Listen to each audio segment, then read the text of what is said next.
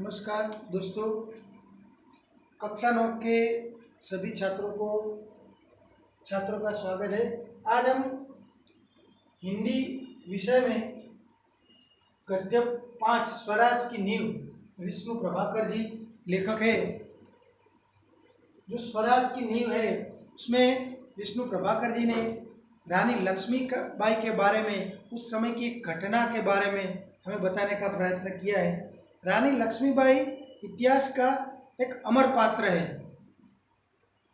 ज़्यादातर कोई भी ऐसा कोई व्यक्ति नहीं होगा जो रानी लक्ष्मीबाई को नहीं जानता होगा। 1857 में उन्होंने जो वीरता से अंग्रेजों के सामने लड़े थे उसके बारे में हम सब जानते हैं। तो यहाँ पर प्रस्तुत एकांकी में स्वराज की नींव यानी जो हमें गुजराती में उसको पायो, बिल्डिंग नो पायो जेने कहेवाय, इसको नींव बोलते। स्वराज की, स्वतंत्रता की नींव रानी लक्ष्मीबाई और उनके साथियों ने डाली थी उस समय अंग्रेजों के सामने। उस समय की यहाँ पर बात है। ये एकांकी यानी नाटक है। तो उस एकांकी के पात्र है रानी लक्ष्मीबाई, मुंदर जो रानी लक्ष्मीबाई की सखी है, और दूसरी एक सखी है जूही। उसके बाद तात्या टोपे, रघुनाथ राव और सेना नायक, ये 6 पात्र इस एकांकी में हैं। हम शुरू करते हैं। शुरुआत में नाटक के एकांकी के शुरुआत में रानी लक्ष्मीबाई बोलते, रानी लक्ष्मीबाई बोलते, मेरे देखते देखते क्या से क्या हो गया। झांसी, कालपी, ग्वालियर कहाँ गई, परंतु मंजिल है कि पास आकर भी हर बार दूर चली जाती है। तो उस समय क्या है कि अंग्रेजों ने झांसी पर कब्जा कर लिया है। अब रानी लक्ष्मीबाई के पास सिर्फ ग्वालियर का किला बचा था, और उस समय वो निराश थी, और वो निराशा यहाँ पर शुरुआत से ही प्रकट कर रही है कि देखते देखते ये क्या हो गया। झांसी अंग्रेजों के पास चली गई, मगर उसको वापस लाने की अब सोचने लगी है रानी लक्ष्मीबाई। अंग्रेजों पर चढ़ाई करके वो झांसी उनके पास थी, वो कब्जा कर लिया था अंग्रेजों ने। वो वापस कैसे लाया जाए, वो घटना यहाँ पर है। स्वराज को आते हुए देखती हूँ, परंतु दूसरे एक क्षण मार्ग में हिमालय अट जाता है। उसे पास करती हूँ तो महासागर की डरावनी लहरें उजागर होने लगती है। उनसे जूझती हूँ तो नाविक सो जाते हैं। तो जूही, मैंने प्रतिज्ञा की थी कि अपनी झांसी नहीं दूंगी, लेकिन झांसी हाथ से निकल गई। मैं अपनी झांसी नहीं दूंगी, मैं अकेले हूँ, लेकिन उससे क्या, मैं अकेले हूँ, झांसी लेकर रहूंगी। तो रानी लक्ष्मीबाई निराशा प्रकट करते हुए भी एक अलग प्रकार की उनमें जो बात है वो कहने का प्रयत्न करती है कि कुछ भी हो जाए। अपनी सखी को ये कह रही है कि मैं झांसी वापस लेकर ही रहूंगी, कुछ भी हो जाए, चाहे मैं अकेली लड़ूंगी, लेकिन मेरी झांसी में वापस लेकर ही रहूंगी। जूही जो उनकी सहेली है वो कहती है, कौन कहता है आप अकेली है महारानी, आप तो गीता पढ़ती है, फिर ये निराशा कैसी, क्या आप निराशा क्यों प्रकट कर रहे हैं, कौन कहता है कि आप अकेली है। लक्ष्मीबाई, मैं निराश नहीं हूँ, मैं जानती हूँ कि मैं झांसी लेकर रहूंगी, लेकिन क्या तुम नहीं जानती कि उस दिन बाबा गंगादास ने मुझे क्या कहा था, जब तक हमारे समाज में छुआछूत और ऊंच नीच का भेद नहीं मिट जाता तब तक स्वराज नहीं मिल सकता। वह मिल सकता है केवल सेवा, तपस्या और बलिदान से। तो लक्ष्मीबाई उसका उत्तर देती है कि मैं निराश नहीं हूँ, मगर गंगादास बाबा ने ये बात कही थी कि जब तक हमारे समाज में एकता नहीं होगी, ये छुआछूत या बहुत से ऐसे जो है वो नहीं मिटेंगे, जब तक एकता नहीं आएगी तब तक हम कैसे ये प्राप्त कर सकते हैं। तो उस बात से वो निराश थी थोड़ी सी। जूही आगे बोलती है, लेकिन महारानी, उन्होंने ये भी तो कहा था कि स्वराज प्राप्ति से बढ़कर है स्वराज की स्थापना के लिए भूमि तैयार करना, स्वराज की नींव का पत्थर बनना। सफलता और असफलता देव के हाथ में, लेकिन स्वराज की नींव का हम पत्थर बने, वही जरूरी है। एक बार शुरुआत करने की बात करती है जूही कि हम स्वराज के नींव के पत्थर बनने की हम शुरुआत करें, स्वराज पाने के लिए हम शुरुआत तो कर दे एक बार। लक्ष्मीबाई शाबाश मेरी कर्नल खुश हो जाती है ऐसी बात सुनकर अपनी सहेली से कि शाबाश मेरी कर्नल, तुम लोग से मुझे यही आशा है।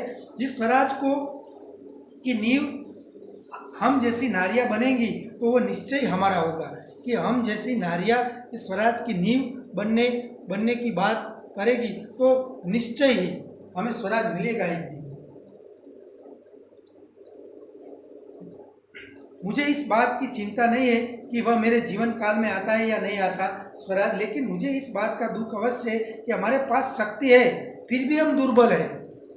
हमारे पास तात्या जैसे सेनापति है फिर भी हमारी सेना अनुशासन नहीं है सेना में। तो एक और निराशा लक्ष्मीबाई कहती है कि हम दुर्बल नहीं है, हमारे पास शक्ति है, हमारे पास तात्या टोपे जैसा सेनापति और भी बहुत से ऐसे शक्तिशाली सेनानी है हमारे पास, फिर भी हम आज दुर्बल है। क्यों है वो आगे बताएंगे। जूही कहते जानती हूँ महारानी, हम विलासिता में डूबे हुए हैं। विलासिता में डूबना यानी क्या है कि उस समय ये सब सेनापति और ये सब सेनानी थे वो विलासिता यानी जो है शराब शबाब इस सब में डूब जाना, मौज मस्ती करना और कोई चिंता रखना नहीं। तो सभी सेनापति और सेनानी इसमें डूबे हुए थे, इसलिए लक्ष्मीबाई थोड़ी निराश थी। आगे मुंदर कहती कौन कहता है हम विलासिता में डूब गए।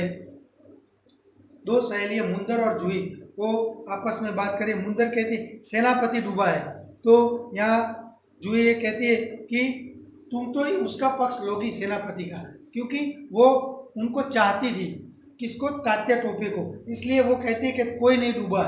लेकिन सच बात यह है कि उसका पक्ष लेने की बात नहीं है, मगर तुम उनको अपना स्वामी मानती हो इसलिए उनका पक्ष ले रही हो। जूही कहती है कि हाँ मैं उनका अपना स्वामी मानती हूँ, लेकिन उनसे भी अधिक मैं महारानी को अपना स्वामी मानती हूँ, और महारानी से भी बढ़कर मैं अपने देश को अपना स्वामी मानती हूँ। कि तात्या टोपे ठीक है मेरे स्वामी, उनको मानती हूँ, लेकिन उससे भी बढ़कर महारानी है, महारानी से बढ़कर देश है। लक्ष्मीबाई कहती है मुंदर हम उनकी नींद हराम नहीं कर सकते, अब तो दुश्मन की ठोकर ही उनको उस नींद से जगा सकती है।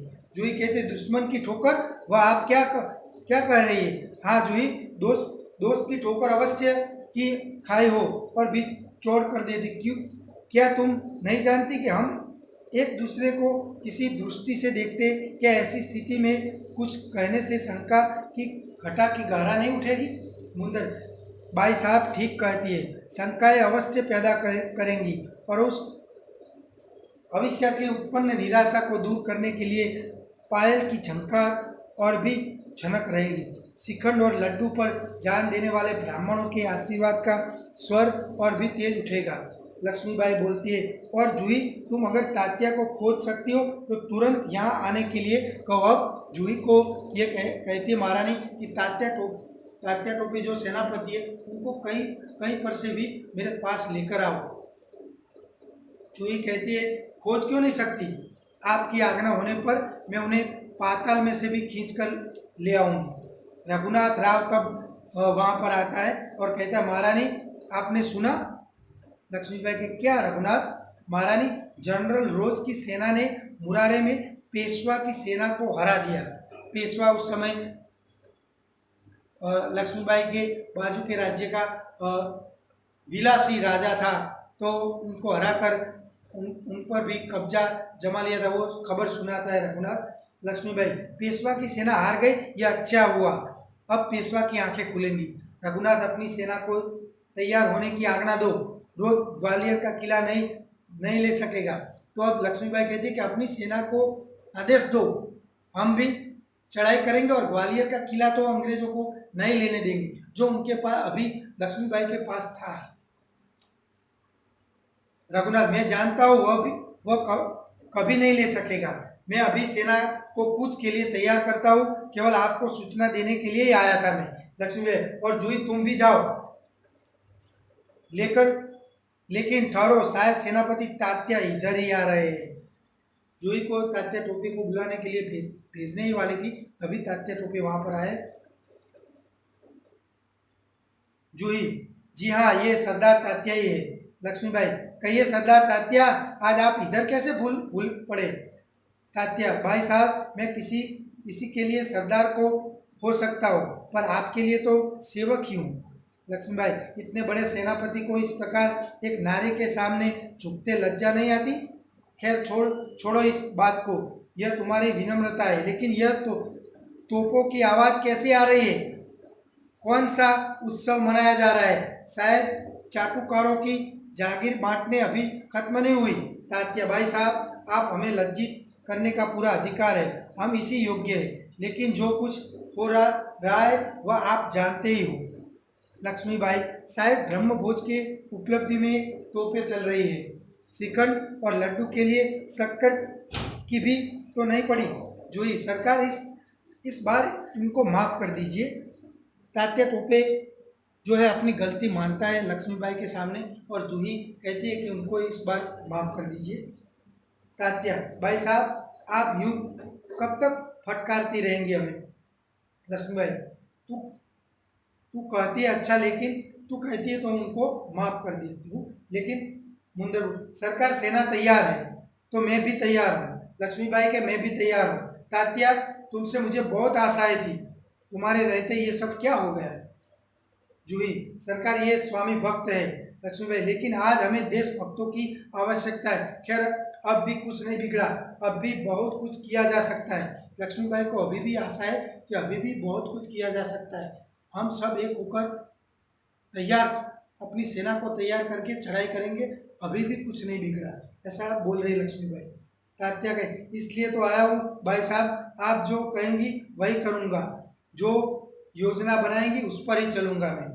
लक्ष्मीबाई, तो जाओ, तलवार संभालो, नूपुरों की झंकार के स्थान पर तोपों का गर्जना होने दो, भूल जाओ राग रंग, याद रहो हमें स्वराज लेना है, हमें रणभूमि में तैयार मौत से जूझना है।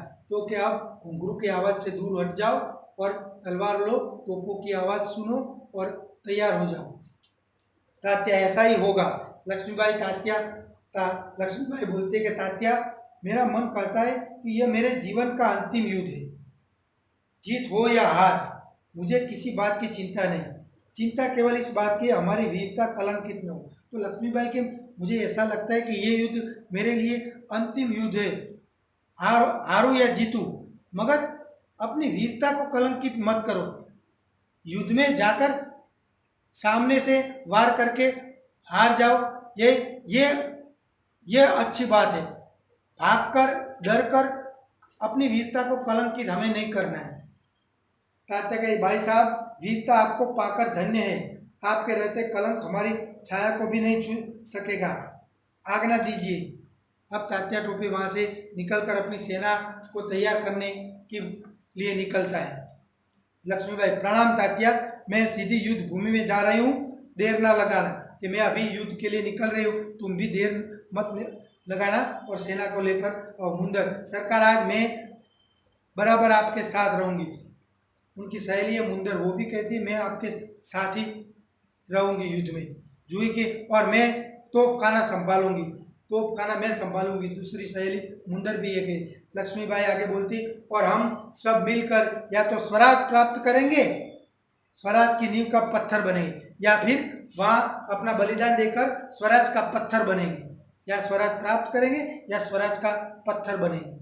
हर हर महादेव, ऐसा कहकर सब वहाँ से निकलते। पुष्पभूमि में यही उद्घोष भयंकर आता है कि मंच पर प्रकाश, जो नाटक का रंगमंच था, उस पर अब युद्ध का माहौल जो है वो दिखता है, और वहीं से जो 1857 का जो युद्ध हुआ था वो युद्ध होने जा रहा था। यहाँ तक हमारे विष्णु प्रभाकर जी जो लेखक है ये बात यहाँ तक बताई है।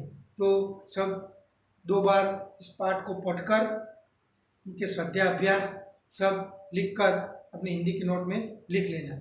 नमस्कार।